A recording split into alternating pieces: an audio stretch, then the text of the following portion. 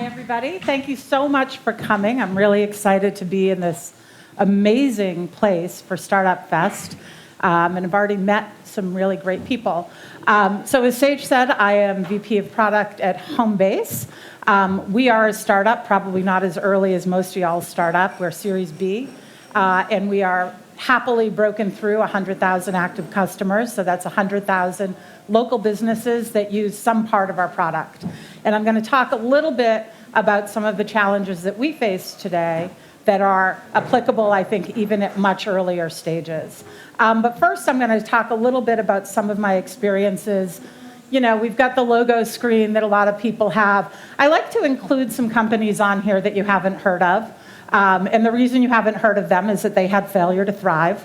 And those companies are really important experiences that when you're thinking about successful companies and brands you've heard of, like OpenTable, like Groupon, when you haven't heard of FarmsReach, where Alistair Kroll and I actually worked together for a while, those companies help us stay really humble because they're good ideas too, and they don't get to market fit, and they die.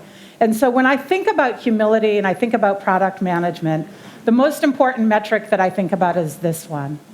This is 0%. And the way I like to think about 0% is that 0% of local businesses started their business because they want to use Homebase to manage their teams. 0% of them. They had a dream, they had courage, they did not have a driving desire to use my software. 0% of restaurants opened because they wanted to use OpenTable reservations. They opened because they cook with love and they wanted to give hospitality to people. 0% of people go out on dates because they want to use Tinder or Bumble or Grindr. They go out on dates because they're looking for love or something that they can do. And so when you think about the products that you're building, it's really important to think about their place in the life of your target audience. And in the interest of humility, I'm going to start with some products that I really failed at. And these failures are survivable if you make them at the right time, but I'm going to talk a little bit later about how to avoid making these mistakes. And as I tell some of these stories, you're going to be like, how do you even have a job? So the first failure I'm going to talk about was born at F8 in 2011. And F8 was the Facebook Developers Conference. I think they have it about every other year. But that year was the year that they announced that they had redesigned Facebook Timeline on the web because mobile wasn't even that big yet. And they were really doubling down on Open Graph Search. And they had developed their SDK to the point that you could build Canvas apps on Facebook. And what Open Graph Search promised was that you could layer social data onto the places, things, and experiences that people search for in search engines. And Zuckerberg is up on the stage talking about this miraculous search engine, and we're going to normalize data and layer on social data.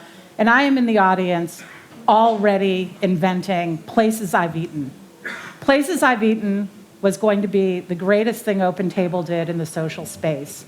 So I made a few assumptions while Zuckerberg talked. One of them was diners wanted to diarize and share their experiences on their social networks. We had been talking at OpenTable about this thing called dining circles for a long time. And it was to basically take that thing of where should I eat that you ask your friends when you're going somewhere and put it online someplace. And I'm like, great, it's going to go on Facebook. I made an assumption that people would love to use their friends' experiences to discover where to eat. Why go to Yelp when you can say, oh, my friend Joe dined at this great restaurant in Montreal? And I made a big bet that OpenTable restaurants would love ranking high in Open Graph Search.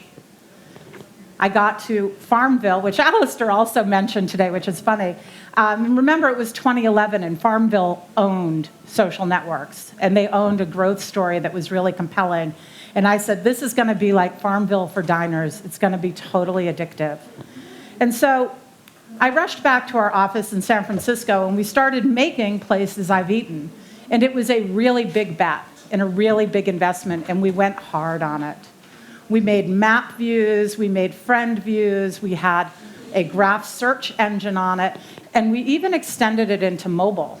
at a time when very, very few people were really making big bets in mobile. But I thought, go hard or go home. And as you do when you invest heavily and you fall in love with your idea, we went to market with a product marketing campaign that reached out to every single person who had ever reserved on OpenTable, and we had a PR campaign, and the New York Daily News picked up our story, and they told it like this. And there was nothing in my assumptions and in my aspirations that diners wanted to brag about where they dined. And the tenor of the New York Daily News story aligned a lot with what OpenTable diners who did not flock to places I've eaten said, which was, why would I want to do that? And when I think about designing that app while we were making a bet on graph search, which, by the way, who here uses graph search? Nobody does. It's gone. There might be some remnant of it somewhere, but it's basically a tech zombie. And when I think about that process that I didn't talk to any diners. I didn't think about testability. I fell in love with an idea and a technology and a set of assumptions. And you can go on Facebook today and you can find this, which is embarrassing. The best thing about that is the 404 page that OpenTable uses with the eating octopus. But it really was a hard, hard lesson to learn because we wasted a lot of time and we wasted a lot of money. And when I think about what diners would have had to do for this to work was to say, yes, I agree, I want to put my dining history on Facebook. And that's a false door test that's really, really easy to run. So lesson one, don't fall in love with your ideas until your users fall in love with them.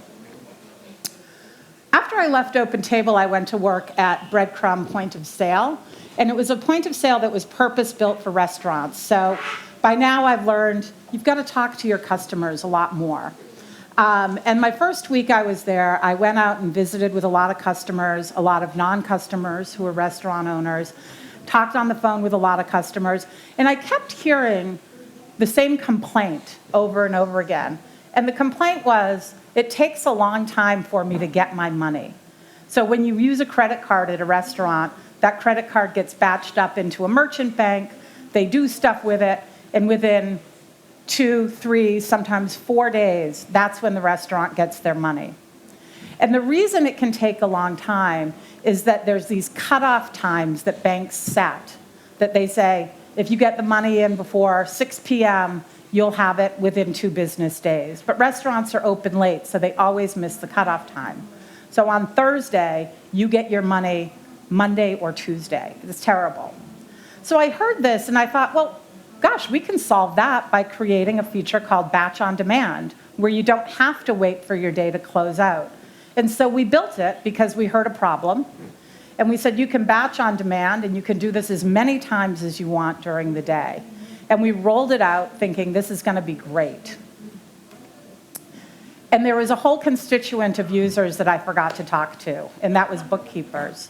Most local businesses use bookkeepers to reconcile their bank accounts, to pay invoices, and to make sure things are working correctly. And I had bookkeepers call me and say, if you don't turn off that feature, I'm going to tell my accounts to not use your point of sale. It was the worst. And then we also noticed that the companies that complained weren't doing it either. And the reason that we heard was that owners said, I don't want my managers making decisions about our money flow. And so I missed 2 really important things. There was a problem, I jumped to a solution, but what I didn't do was think through how the money flow works and who are the constituents. And in fact, what I discovered later from one of those bookkeepers was that we actually had a setting that a merchant could use to end a trading day and actually automatically batch out. And the smart merchants were doing this already. I just didn't know because I didn't ask enough questions. My third failure is sort of less of a failure, but it's still an important story about how you can make products that people will love and use or not. So I advise at a couple of business schools in the entrepreneurship program, and at least once a semester somebody comes up to me and they say, you've worked in hospitality, I've got this great idea. It's an app where people can order and pay for drinks, and then the bar, I don't have to wait at the bartender is going to be able to move faster, sell more, and customers will get the drinks quickly. And when I went to work at Breadcrumb, I heard this pitch too. And it was from an engineer who had actually created this app at a hackathon. So I said, well, we've got the app. Let's go and talk to some customers about it. And every single drinker that we talked to, we went out to a few bars and said, would you put your credit card in this app? Would you order a drink in this app? And every single drinker said, yes, that's awesome. So that's a really good signal. What wasn't as good a signal was bartenders. And bartenders said, I've got a method and I don't want it messed up. I listened to this because I've been a bartender. And the method is you start at the end of the bar and you either go to every person or every other person, then you clean up some glasses and you go down the bar again. It is a tried and true way to make a lot of money being a bartender. But even with that experience, I sort of processed in this skepticism from bartenders, and I chalked it up to they don't want to use technology, they don't want to change how they work, right? So what are we going to do about that? So we actually built in one more feature into the prototype that Mahmoud had made in the hackathon, and it was a default 20% tip for the bartenders. And I thought, you know, bartenders, and I could look at our point of sale data and see that they sit at around 15 to 18%. If we can increase their volume and guarantee a 20% tip, they're going to love this thing. And we thought about testing 25% too, but we thought 20 is probably pretty good. And so we actually went to a couple of customers, and we took this prototype and we hacked it up into our point of sale, and we opened the bar for anybody who was willing to download the app from test flight for about 2 hours. We did this at 3 bars, and the exact same thing happened at all 3 bars. And it was that bartenders went from being skeptical to hating it. And the reason that they hated it is that unless every single person in the bar used the app, it ruined the experience of the people who didn't have the app. And bartenders copped onto this like within minutes of this happening, because what they found themselves doing is handing a beer over the shoulder of that guy who's been waiting to order and handing it off to the other person. And so we're like, okay, this is an operational problem. But when we dug into the data, what we found was that the bartenders actually factually made a lot less money, because not only did the pissed off patron who didn't have the app not tip, the people that we gave the app to for free and bought drinks changed that 20% setting to 10%, and some of them changed it to 0. So I tracked down some of those people. I was like, what's with that? Like, it wasn't even your money. And they were like, well, you know, they didn't really have to do very much. And so we took out this really important human element that's in the service industry of you having that moment where you're speaking to a bartender, where you might ask for that person's advice, or you might have a special way you want the drink, or they might compliment your smile. Who knows, right? But we took that out of the experience, and the drinkers who loved getting their drinks faster didn't appreciate it enough to leave a couple of bucks. So we never launched that product. It's in my sort of failure slide because we didn't listen early enough and we had to build prototypes and go out. But it's actually a success because we didn't take up too much time getting to the lessons. So how do you do that? You hear a lot about product methodology, and you can Google it and see all sorts of content from business schools and from Alistair and from all of these people. And they say, you know, there's a process, there's a right way to do this. And very often you see the right way to do this expressed this way, that you start with an idea and you do some research. And then you do some tech design and some UX explorations. And you do a prototype and you test it, like we did with the bartender app. And then you start with your more design and coding and metrics. You launch, you learn, you iterate, you refine, and you've got a really successful product. And you stack up enough of these, and you've got a roadmap. and you've got a whole bunch of features that you're promising your sales team, your customers, your investors that you're going to deliver over time. But what it doesn't account for is that you have to sometimes be iterative, right? So maybe you go out and you test your prototype and you have to go way back to UX, UI. Or maybe you launch and you're not learning anything and you have to wait a really long time before you hit that success. This to me is still really wrong. And I'll tell you why. Because it doesn't account for your ability to generate and validate really big ideas. And when you're an early stage startup, features and optimizations are opportunity cost. They're the things that are going to kill you. You need to make sure that every single minute you're building your product, you're building something that's going to make a difference. And in the earliest stages, that's how am I going to find my market fit? Then how am I going to accelerate my growth and my distribution in that market? Then how am I going to drive engagement? Then how am I going to drive revenue? That path is the same path, arguably, for just about everybody in this room. And if you're thinking about, let's make it blue, or let's add this map view that I showed on the Facebook app, you're killing yourselves. So how do you optimize for big ideas? Well, again, even though I've been making products for 20 years, for about 3 months at Homebase, we had a metric that was to increase engagement from, let's just say from 10 to 12, right? We're a freemium product, so driving that activation and engagement is really important. And for 3 months, I built features using that linear method, right? Customers would come in and make requests, and support was telling us what they needed, and we looked at competition. And at the end of 3 months, our activation metric was exactly where it was at the beginning. And yet we had shipped a whole bunch of stuff. We had checked off the roadmap. So I said, well, this isn't working. And the reason it wasn't working is that we weren't focused on big enough ideas. And we weren't focused on figuring out what those ideas are instead of on delivering on a schedule, which is what a roadmap makes you do. So I'm here to say it, throw out the roadmap until you have your revenue where it needs to be, which is probably 3x on year 3, right? That's where my company is heading toward. We're in year 3 right now, 3x revenue. And until we hit 3x revenue, our investors aren't going to be happy. And until we hit 3x revenue, we're going to be doing things this way instead of with a roadmap. And our marketing people hate me, and our customer support people hate me because I never will tell them when a feature is going to be built. But the reason that we don't do it is that big ideas come out of ideas. They don't come out of process. And so what we've done is we've said, we're going to have this giant bucket of questions and hypotheses and ideas. And that's our roadmap. And what we're going to do is have a framework in which we interrogate these ideas so we can decide what to work on that's going to make a difference.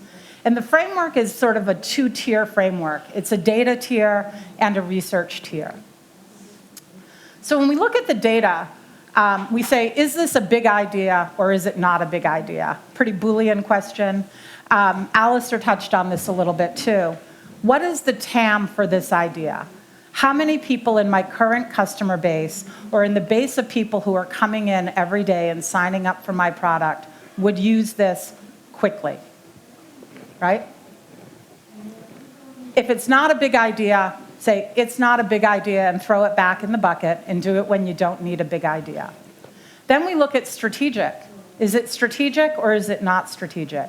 If my metric is activation, anything I'm working on for it to fit into the is strategic has to line up with that activation metric, right? It doesn't have to line up with NPS or churn or revenue even. It has to line up with activation. And when does activation happen? Day 0 to day 7. And if you don't get them in day 0 to day 7, nothing else matters down the funnel, right? So imagine that we have an idea and we say it's not strategic.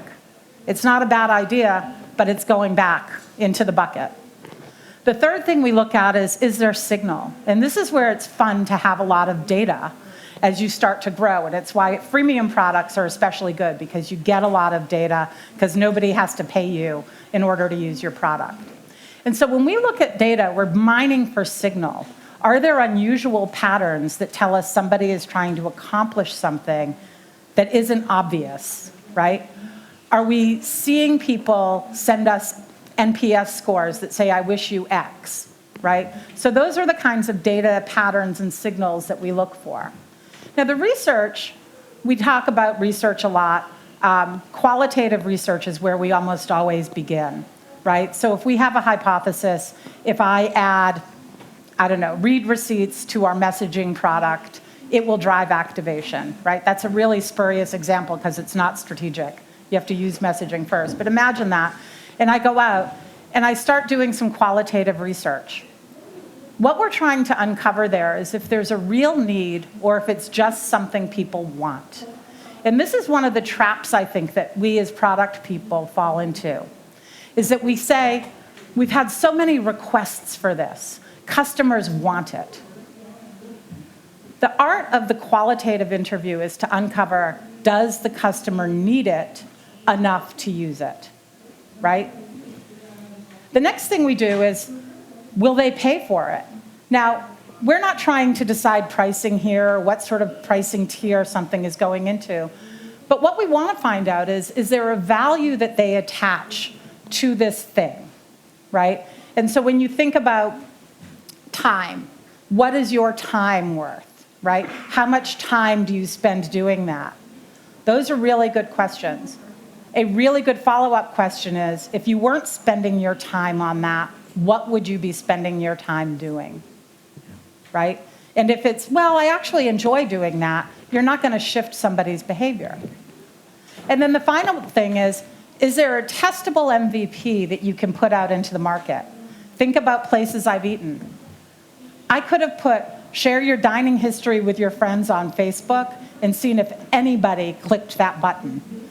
I would say that after a huge product marketing campaign, putting it out, really featuring it in a lot of the product, there were around 500 people who did it without anybody prompting them. 500. We had hundreds of thousands of diners, right? So can you put something out that's good enough that people seem like they would use it that you can begin to build on? So what does this look like in practice? When I think about our product and our teams are the product manager, the dev team, a data person, and we all share one highly overworked research associate. And in any given month, this pyramid here represents an ideal world of where we're spending our time. So we're in July right now. And in July, what we're doing is we're researching lots of new ideas for August, September, and October. And those ideas are all around this metric of activation.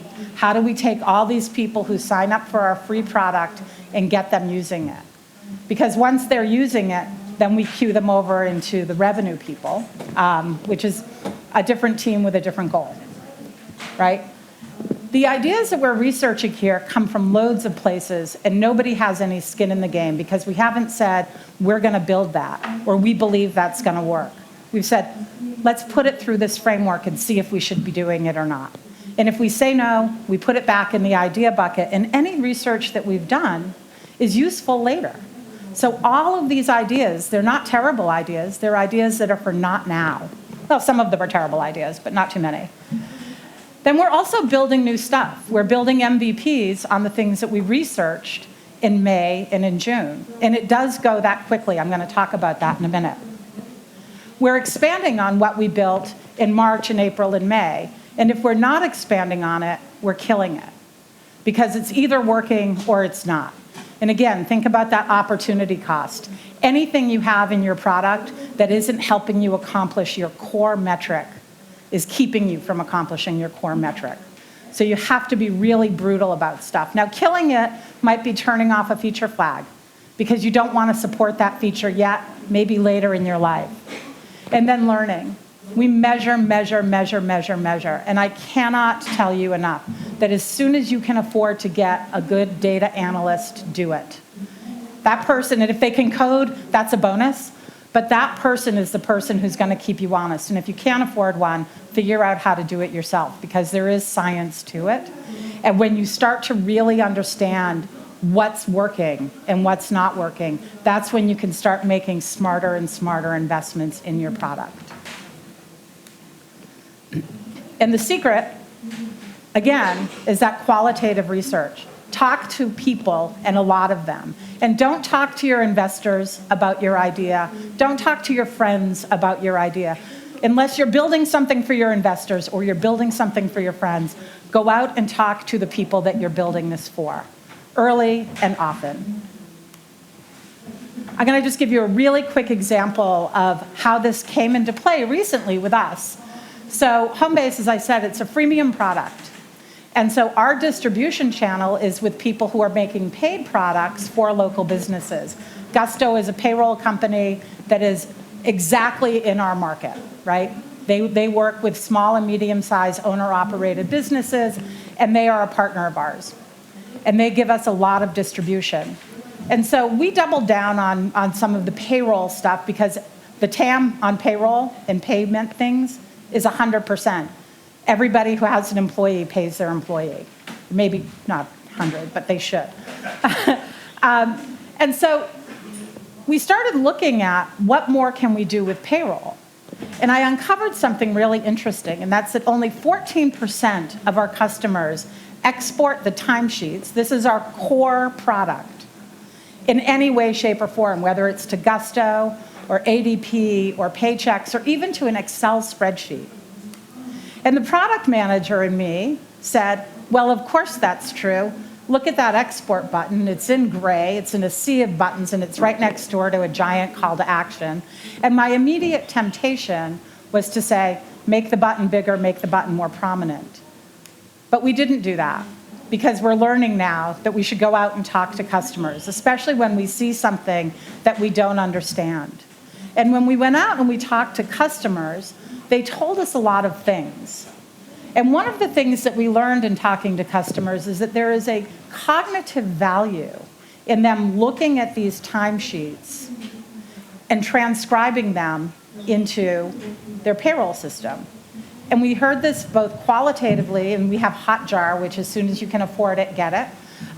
It's a great way to watch how people use your product. And when I went onto this page and I was watching people, what I inevitably saw was the browser shrink to half size.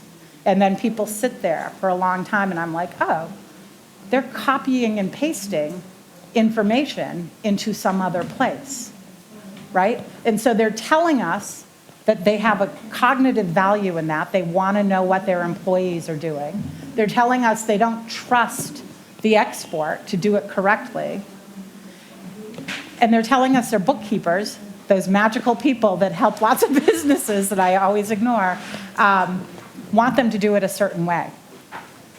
So instead of us building that button bigger and better, we actually went back to the drawing board and we said, what can we make? What are some ideas that we can bring forward that are going to be really great ideas that are going to take this process, honor the cognitive process, and allow us to actually have value and trust and build more stickiness into our product.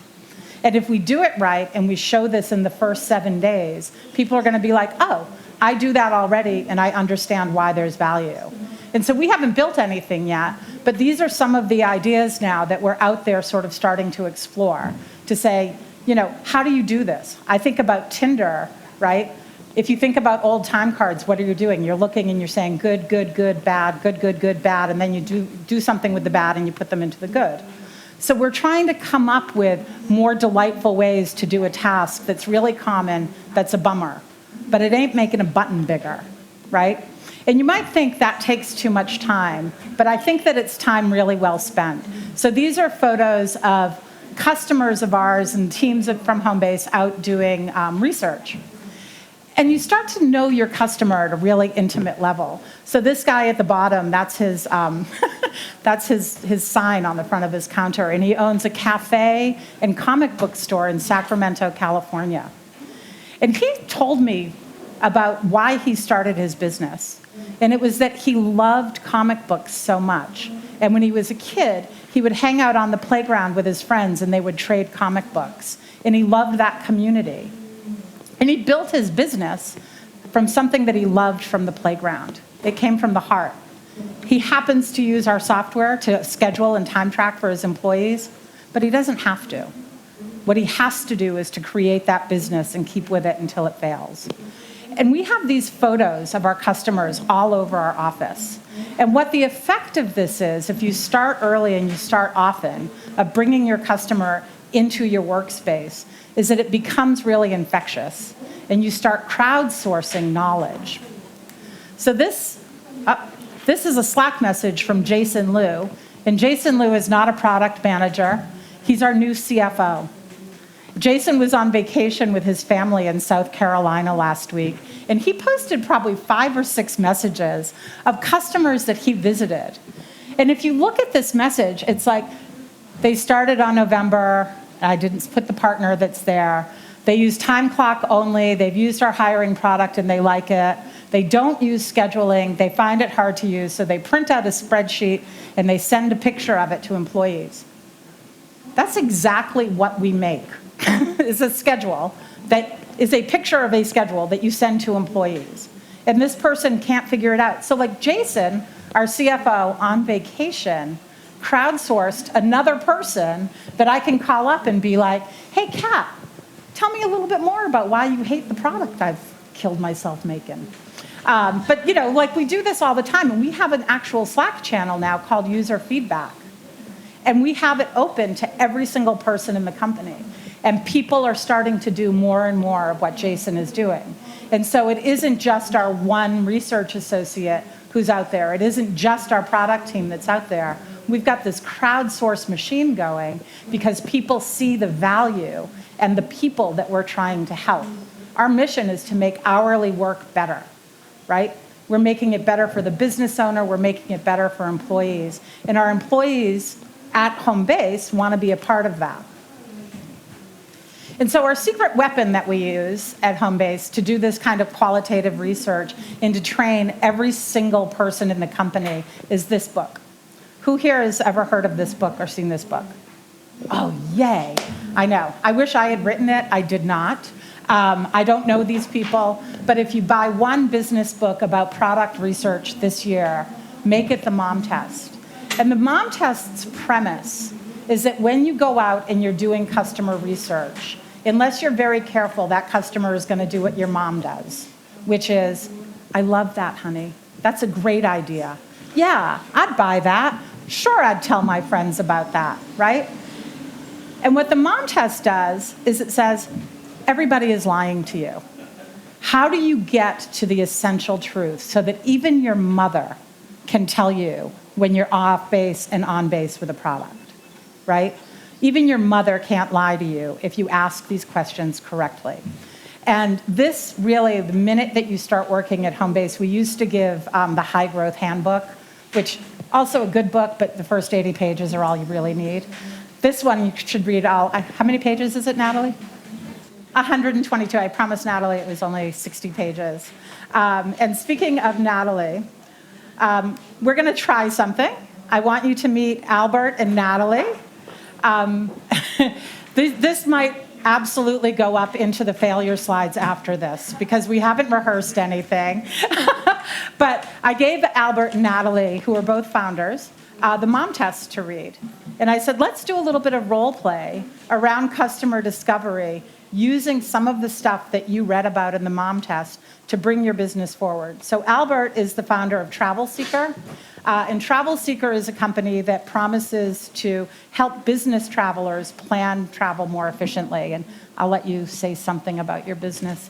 And Natalie is the founder of Cometa, which is a marketing company that helps social and socially conscious organizations find their place on the internet more efficiently. And so both of them are fairly early stage. Natalie has just launched, you're pre-launch, and they're in discovery phase. So we're going to start with Albert, who's going to do a little bit of live discovery up here with us. And then we're going to talk about whether you think that Albert got to an essential truth or if I might have lied to him like his mom. And then we're going to talk a little bit about what you learned for your product. And then we're going to try the same thing with Natalie. And hopefully this isn't a big bummer for everybody. I'm not gonna talk about what we are doing just yet, not to influence anything. But we were talking earlier today during breakfast, and you mentioned that you're from San Francisco. Yes. So obviously, you had to travel to get here. How did you come about that? Like, how often do you travel? How often do I travel? I travel a lot less than I used to. Why?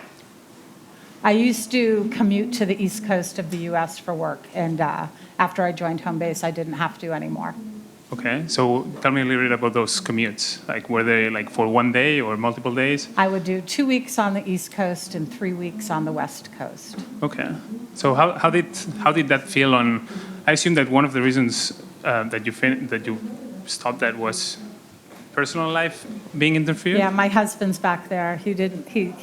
He both loved and hated having me gone that much. I just got burned out. Okay. So what exactly got you to the point that you were burned down? I just never felt like fully grounded in San Francisco because I knew, like, my bag was always packed. And on the East Coast, I never felt fully grounded because I knew that I was going to be going back home. And so it just became hard to plan things in my life, to have my social life. I had a lot of friends on the East Coast. But I almost got to this fear of saying yes to things because I never knew where I was going to be. Okay, so interesting. Even though you mentioned that you were basically spending 2 weeks in San Francisco, 2 weeks in the East Coast, but even at that point, you never knew where you were going to be. Right. Is that right? Yeah, it was a pretty irregular cadence. Okay, so when would you decide that okay, it's time to arrange a trip to go to the West Coast?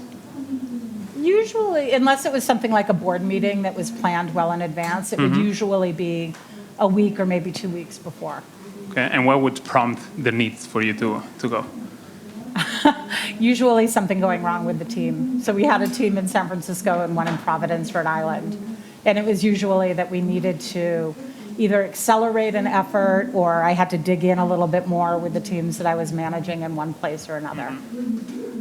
Okay, so what I'm hearing is basically that at some point, like there's a lot of the work that you were doing that you could do remotely and that would work, but there would be one point where you would need to get your hands on the ground and get things moving. Yeah, I think that, for most leaders, it's sort of like what I was talking about with customer discovery. You learn a lot more when you're there and you're seeing things happen. There's a context that you can miss if all you ever do is have a Zoom or an email or Slack messages. Okay. So it's one of these times that something's going wrong. And now you need to start thinking on, okay, I need to go to San Francisco. What do you do next? How do you start planning? I would usually start at Alaska Airlines app. Interesting. And book the flights first because I knew that even if I couldn't figure out where to stay or get meetings booked or something, that I would have a 24-hour period where I could cancel the flight with no penalty. So it usually started with the flight. And then this is going to make me sound like a total weirdo, but I had a hotel that I liked to stay in Providence, and there was a specific room that I loved in the hotel. And I'm not a diva at all, but this room was like perfectly proportioned, and I have a foam roller, and I like to roll out every night, and there was like enough room for me to do that. And a lot of hotels, you'd be surprised there isn't. And so I would see if room 307 was available for at least most of my stay. And if that was a go, then I would be ready to go. Okay. I know. That's probably that's TMI probably. No. But room 307 at the Dean Hotel in Providence, it's magic. So do go. So the one thing that I don't know if I'm supposed to say this, but basically what I'm saying is that you wanted that specific room because it improved your experience over the trip that you That's right. were supposed to take. Because I could roll out and do like a in-room Pilates routine every night. Okay. So how do you know if that room's available? I would call them. Every time? Yeah. Did you have them on speed dial? Pretty much. Okay. They knew my voice. They would be like, oh. And then like occasionally they would rent it out to somebody else and they would apologize to me with like a nice little note. They were the nicest people in the world at that hotel. Okay, nice. And you mentioned Alaskan Airlines app. Uh-huh. What about Alaska? From Boston to San Francisco, you didn't go through Alaska, did you? No, they bought Virgin America. Oh. And so they converted everybody. And they felt bad about ruining a great brand, I think. And so they converted, if you had a certain number of miles, you became Alaska Gold. And so you get trapped. It was a direct flight. I didn't have to fly through Alaska. Okay. So, no. Yeah, that was confusing at the beginning. But so you were a loyalty member of Yes. Virgin Airlines that then... And then Alaska by proxy. Okay. Why not change to something else? I just had an accumulation of like loads of miles. Okay. So you were invested. So I would get like upgraded and get free tickets and things like that, yeah. Okay, so we're going back to the experience of your trip. You're going to Alaskan Airlines because they provide you an experience that if you fly United, you won't get because you don't have the baggage. Certainly not. Well, yeah, and it's United, yeah, that's true. Nobody will. So let's pause here for a second. What have you learned so far from me? Am I your target customer for your app? 100%. Okay. You know what you want. You know you want to do it your own way. Uh-huh. But the decision for you to travel at the end is out of your hands in part. Right. You still have to go whenever you there's something within your team that is going wrong, and you have to be on the ground. But you want to do it your own way. You want to be able to enjoy your trip, even if it's a business trip. That's right. So yeah, absolutely. Okay. What else do you want to know? What are you trying to uncover here? How many people would travel with you on these trips? 0. So just you. Just be me. Was the rest of your team in Half of my team was in San Francisco and half was in Providence. Okay. So how did you... Okay, so we're looking at the team that's remote in 3 different locations, well, 2 different locations, and how do you communicate between each other? Was this pre-Slack? No. This was just 2 years ago. So Okay. It was a lot of Slack, a lot of Zoom. Zoom, like when Zoom came out and we didn't have to use Google Hangouts anymore, it was fantastic. I don't know how they did it so much better, but they did. And so it was remote, but the team, I also encouraged everybody on the team at least once a quarter to either, if you were in San Francisco, go to Providence. If you were in Providence, come to San Francisco for at least a few days so that we had that human interaction and that sharing of ideas and we saw each other as humans. So basically, the whole point is to see the other person, and like even if they're coming to Providence, That's right. it's to establish these relationships. So would you talk to them before going, or would you call the hotel first and figure out if they have a room? Like what's more call important? the hotel first. Yeah. Yeah. Only you. If I couldn't get room 307, I would stay someplace else, but that was always my preference, right? So if there was something really important happening and I couldn't stay there, I would go somewhere else. How much time do you think that it took you to plan every single one of these trips? Maybe an hour and a half, like start to finish, of really figuring out that I had to go. When am I going to go? Checking my personal calendar, because sometimes I would book travel and then my husband would be like, we have tickets to something, or we have plans, or that's so-and-so's birthday. So like coordinating all of the calendar stuff was probably the most taxing part. And then the mechanics of booking was easy. Okay. So now that you mentioned calendar, why are you using the calendar to coordinate? Like, what does it provide you that other tools wouldn't? It's helping. So what I don't want to do is to book travel over an event that's important in my life. And that event might be a business meeting, that's in one location and not in the one I'm traveling to. Yep. It might be a personal event. It might be that we have, tickets to something that we've been waiting to see for months. And when I would book travel and then forget to look on the calendar, inevitably there would be some sort of conflict like that I would either miss something or it would be very expensive to change the travel. And do you keep your personal calendar and the business calendar sort of synchronized? They're very conflated, yes. Okay. When you work at a startup, there is no personal calendar. Everything. That is very true.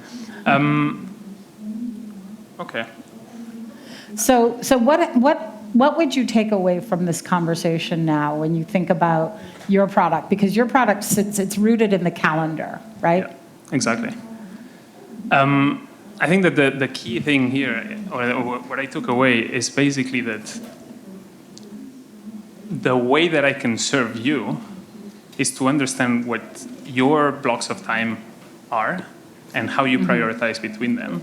So to understand, this is something that's crucial that you cannot dismiss right away. So when you're thinking about my blocks of time, are you thinking about my blocks of time in my calendar? Yes. So would you want access to my calendar for your product to help me with booking? Is that something that you would be interested in? In sharing my calendar with you? No. It'd freak you out, right? So I'm going to do a little bit of a course correction here. So we got to calendar, which is really fundamental to Albert's product, right? And he said, would you share your calendar with me? I would say that a better question would be, do you share your calendar with any other apps? Your question about, is your personal calendar and your work calendar, are they merged together? Are they conflated? That's a really good question. But you want to take that discovery question up and understand somebody's habit at a very high level. That, would you do this? Who do you do it with, right? I share my calendar with Homebase. We use our own scheduling app. And so Homebase writes to my calendar writes to Homebase for my availability. I share my calendar with I can't remember what the other one that I share it with. I think it's some birthday app. So that they can write for people's birthdays to my thing, because I always forget people's birthdays. But when you're thinking about that fundamental behavior of core to my product is a calendar. It's really important when you're thinking about people's habits of what is that thing that people have to trust, do, understand in order to use the product. Yeah. So, thank you. You're welcome. We're going to go to Natalie now. It's simple this way. So you're going to do some customer discovery with me and possibly with Albert? Yes. Okay. With pleasure.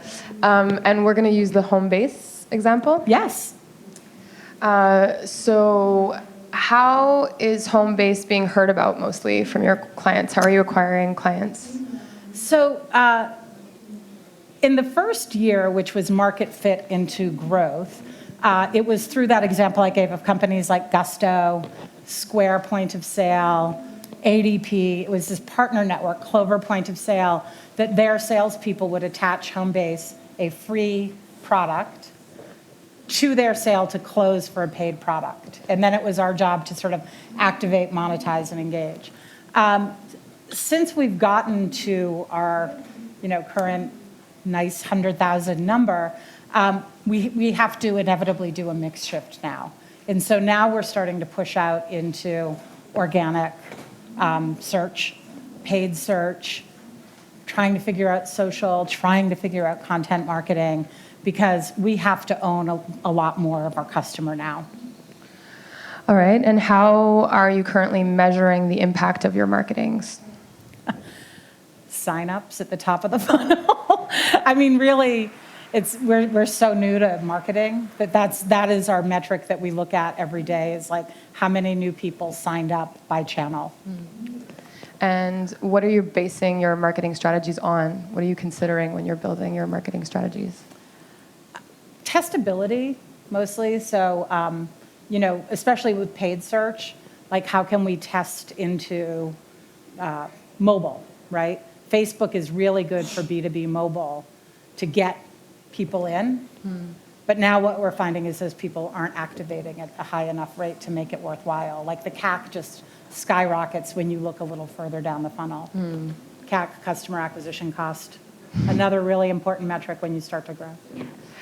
And how many are you, like internally, how does the marketing communication work?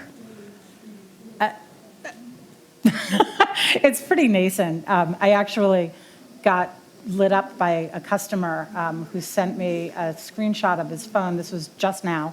And he had received 13 text messages from Homebase today. Oh. So we're not doing a great job. But how many are you? Is it like permanent staff, interns? We have 5 marketers.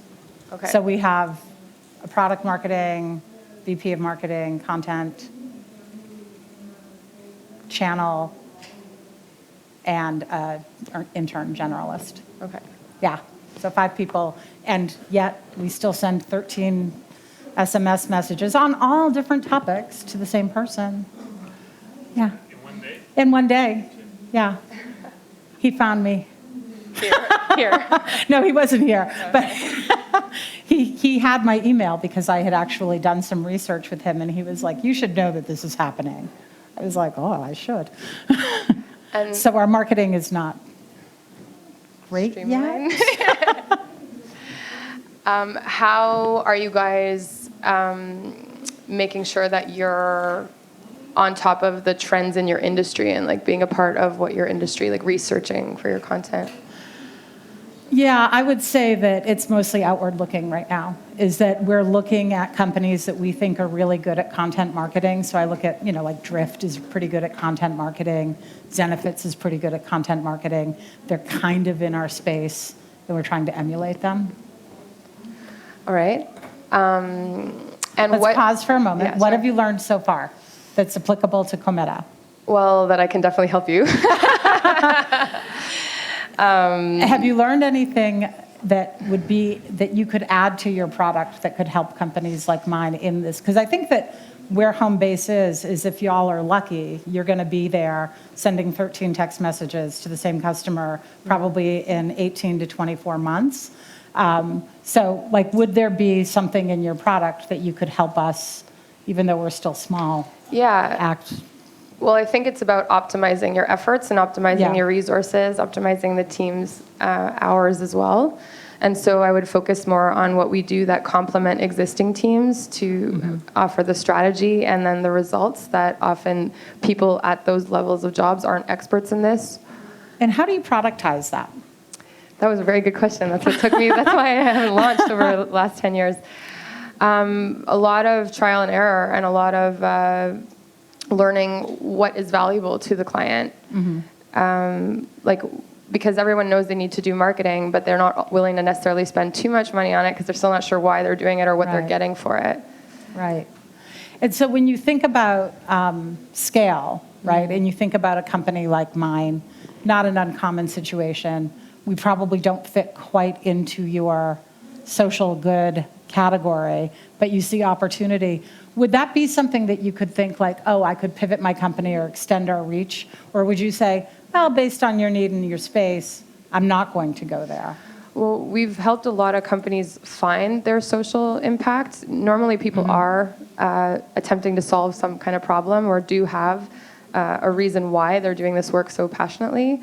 And that kind of content actually works better than a lot of the content that you do just to do content. So that's another way that we've worked, and I would probably focus on helping you guys run systems, but also understand the why you're doing and learn the meaningful metrics and how to get an ROI on your marketing so you're motivated. Right on. Okay, so we've modeled a little bit of customer discovery. What I'd love to do now is to move into some Q&A and AMA for either Natalie or Albert or myself. You've got a launched entrepreneur, you've got a pre-launch entrepreneur, and you've got a product person. So what would you like to ask us about building product or customer discovery or mistakes we've made? Anyone? One question, no? Okay, yes. At this early stage, how do you market something that you haven't yet fully discovered what it actually is incomplete? I'd probably start with your culture, because I'm a believer that marketing is actually about relationships and human connection. Okay. And so you'd start marketing your why. You'd start marketing what you're aware of or the intentions, to use that time to also have marketing serve as a way to test if this is something. Kind of like documenting your journey, or Absolutely. Okay. Yeah. Gary Vee was right. I think that also, though, when you're at your earliest stages and you're out there trying to figure out, like, what is my product and what is my market fit, if you find yourself falling back on anything except your true story of who you are, then you're probably distracting yourself away from figuring out what your product fit is. You don't That's why it's hard to want balance it. to create your product around the story. You want to create your story around the product. And because your product is definitely going to change from what you think it is at the beginning until you actually figure out your product market fit. I think that, the culture, the story of you. At Homebase, John Waldman, who's our founder, has a really great origin story, and sometimes they're made up, but his is real. And it's that when he was in business school, his best friend dropped out of business school to start a restaurant in Seattle. And he couldn't figure out how to get employees to show up at work on time. And he kept talking about this. And at the same time, John's sister was stringing together 3 bartending jobs to put herself through college. And he looked at these two things and he said, wow, there's a problem with hourly workers in our world. Where can I fit into it? He didn't get to scheduling and timekeeping quickly, but he saw that and he started really investigating it. And he's shown me some of the early prototypes, and they're basically like hand-drawn charts and then like Google Sheets behind them. It's really crazy. And so I do think that it's important to know who you are and what you're after and why, but not to let that lead you. Okay. Thank you. You're welcome. It's back here. Hi. So if you have an idea for a product, but say it's like in super early days, like back before Starbucks existed and people made coffee at home with their Folgers or whatever, people didn't even know that they wanted to go to Starbucks and pay $5 for a latte. So how do you go and talk to all these people and get their opinions on if they want your product or not, when you have to create a new market and teach people that they actually need your project? So, I work with Haas School of Business at Cal and Yale School of Management, advising people around that very question, right? And how you do it is you go to where there are a lot of people. And the place that I always tell people to go is Costco or Walmart on a Saturday. And get near the department that might be kind of closest to what you're thinking about. So if it's apparel, go in apparel. If it's food, go in food. And just get there and start to have conversations with people, right? And if You'll find that one early adopter in Costco. Yeah. Have a clipboard with you. People like to talk to people with clipboards. It's kind of weird. Like, don't sit with like your phone and stuff. I'm serious, like pencil and clipboard. Do you have to get approval from Costco to do that? Random. What are they going to do? What are they going to do? Throw you out? You're just Ask for forgiveness. friendly person talking to customers. And the reason that I think Costco and Walmart are really important is because they are the most democratic retail. And you're going to get people who are buying across a wide spectrum of experiences, both in what they're purchasing and in what their purchasing power is. And so I think that you can get to those demographics. And I think that framing the question correctly is really important too, right? So you have an idea, like imagine the person who is like, I've got this idea to have a camera and a phone and an alarm clock and a way that you communicate with your kids and your photo album and all of this stuff in your pocket. And you're standing there in Costco talking to somebody about that in like 1989. People would be like, nah. And so I think you have to distill it down to like that thing about, do I want it? Do I need it? Can I imagine it, right? Alistair in his presentation talked about Tesla taking the electric car and turning it into a luxury model by racing it on a racetrack and putting that video on YouTube. You know, and so sometimes it really is just taking something and figuring out the need or reframing it. Asking somebody, could you imagine if your phone were also your stereo? You know? Does that answer your question? Yes. Yeah, and I really recommend Costco and Walmart to everybody. Do they have those in Canada? Okay. Yeah, I guess they're everywhere. I think that you had a question? Can you share what you think is the magic number for a customer in the process of customer discovery? When do you know that you reach the goal, the answer? Do you have a number? Infinite. There's no number. Like, I don't think that you're going to learn. I think it's a continuous process that you need to keep learning. Like, you may validate or you may learn something that allows you to move to the next step, but then, okay, now this is figured out. We need to work on the next and the next thing that is beyond the minimal need that you're serving early on. But there's a lot of potential that you don't know unless you talk to them. So I think that probably one of the problems that big companies have is that they stop listening to their customers, and at some point there's someone else that's listening, and like these guys are missing out on. They didn't understand all this part of the equation. Yeah, it's definitely a practice and a discipline. I will say this, though, that it's probably around 15 to get to certainty that you have a bad idea or not the right idea not the right idea for right now. So if you go out and you talk to a diversity of your customer, not your friends, not your mom, not your investors, the people at Costco and Walmart, strangers, and they are people who you think should be using your product, and it does not resonate with them, you should be rethinking either how you're asking or what you're thinking about for your product. So 15 is probably your magic number for bad, and it's infinite. Like, it has to be core to making good products, because otherwise you miss that magical moment where somebody says the thing that makes your product really, really great, right? Who here uses Google Calendar? Everybody, right? Have you guys noticed the new feature that they added a few weeks ago? Where when you're looking at somebody else's calendar and you pick the time, it automatically makes a meeting with those people. Like, I've got to believe that some product manager at Google was out talking to a customer who said, I wish that it did this. Like, if they had thought that up on their own, they would have launched that years ago. But to me, that's a really good example of something that probably, I imagine lots of things, that it came from a customer conversation or observing a customer, right? Observing that behavior. So I think you had a question, and then you, and then I think we're going to be done. Hi, Eric from Itama 3D Tech. Thank you for the presentation. So again, I can see 3 different examples, let's say, of entrepreneurs: pre-launch, launch, and experience.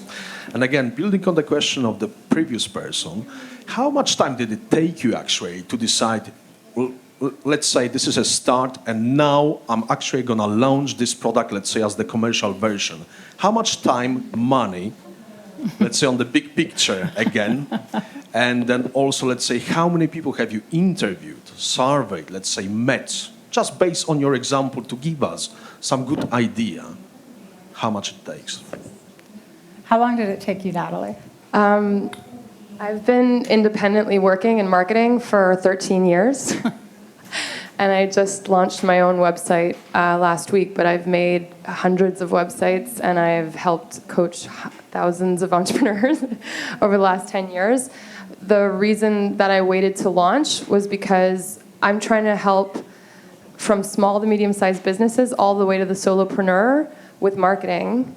And that's the majority of the population, and there's nobody really servicing them. So if I was going to actually put myself out, I needed to make sure that I had a system, that I had a team, that I had the model to be able to handle growth, which is a really sensitive part of the entrepreneur journey. So I've been living off of it. I've proven the need. There's a ton of demand. Sales aren't hard, but now I'm in the game of finding the right sale for the business model. How long have you been developing Travel Seeker? It's technically about a year. Like a year ago, I went in full time and all in, but maybe 6 months before that when I was working at a different startup. And I would say, yeah. And I think that there's this notion that once you hit on the right idea, like the faster you move, the better, because somebody else is going to eat your lunch, right? Somebody else is going to come and steal your idea. And I think that that's not the right way to be thinking about it. I think that the deeper you can go into your research and the more certainty you can have when you enter the market with your product, the better off you're going to be. I think that's it. Do we have time for one more question, or am I done? One more question. So, Thank you. oh, this woman back here actually had her hand up. Back here? Yeah, in the white shirt. Yeah, so I do, like Homebase, John walked around with those paper sheets and prototypes to 14 different local businesses for a year and a half. Just sort of like looking at their metrics and asking them questions before he figured out what his entry point was. And then we had another year of, very, very small product. So we have a map in our office of I think it was 36 customers that we had in 2016. But if you do all of that, then you can scale more quickly. Go ahead. Yeah. This question is about kind of like tools like methods, I guess. So you're talking about going into Costco and to Walmart. Recently, I accidentally stumbled on a market research technique because I started a group on Meetup, and then realized I had discovered a market segment, and so it just got me thinking. Are there other ways that you all have found that are good ways to do market research besides just going into the store? Like the Meetup example, what's been great about it is that I've developed sustained relationships with some of these people that come, and so that helps me get to some of the deeper levels of they're willing to share more. So yeah, have you found methods that work? Just interestingly enough, for me personally, a lot of my major clients came from volunteering and giving back.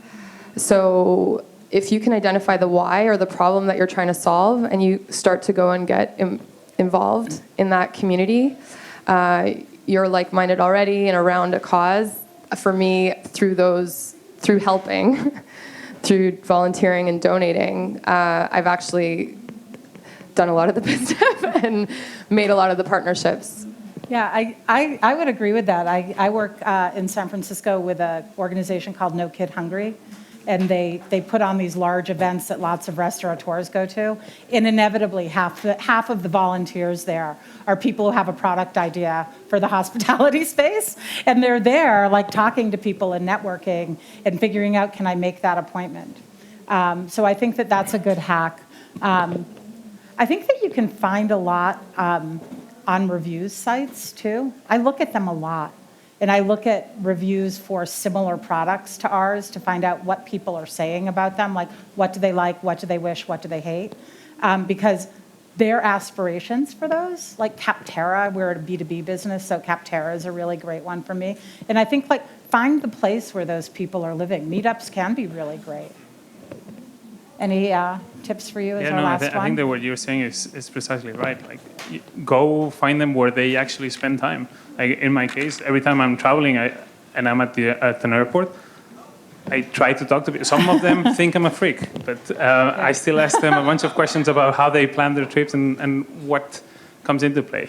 But I mean, every time I walk into an airport, there's literally thousands of people that are going on or off of it. So. Right. Be like Jason, our CFO, who can't go into a local business now and not talk to people about their scheduling habits. So I thank you all very much for being here. I'll be around. And thank you very much to Natalie and Albert for bravely coming up as we tried to hack live discovery.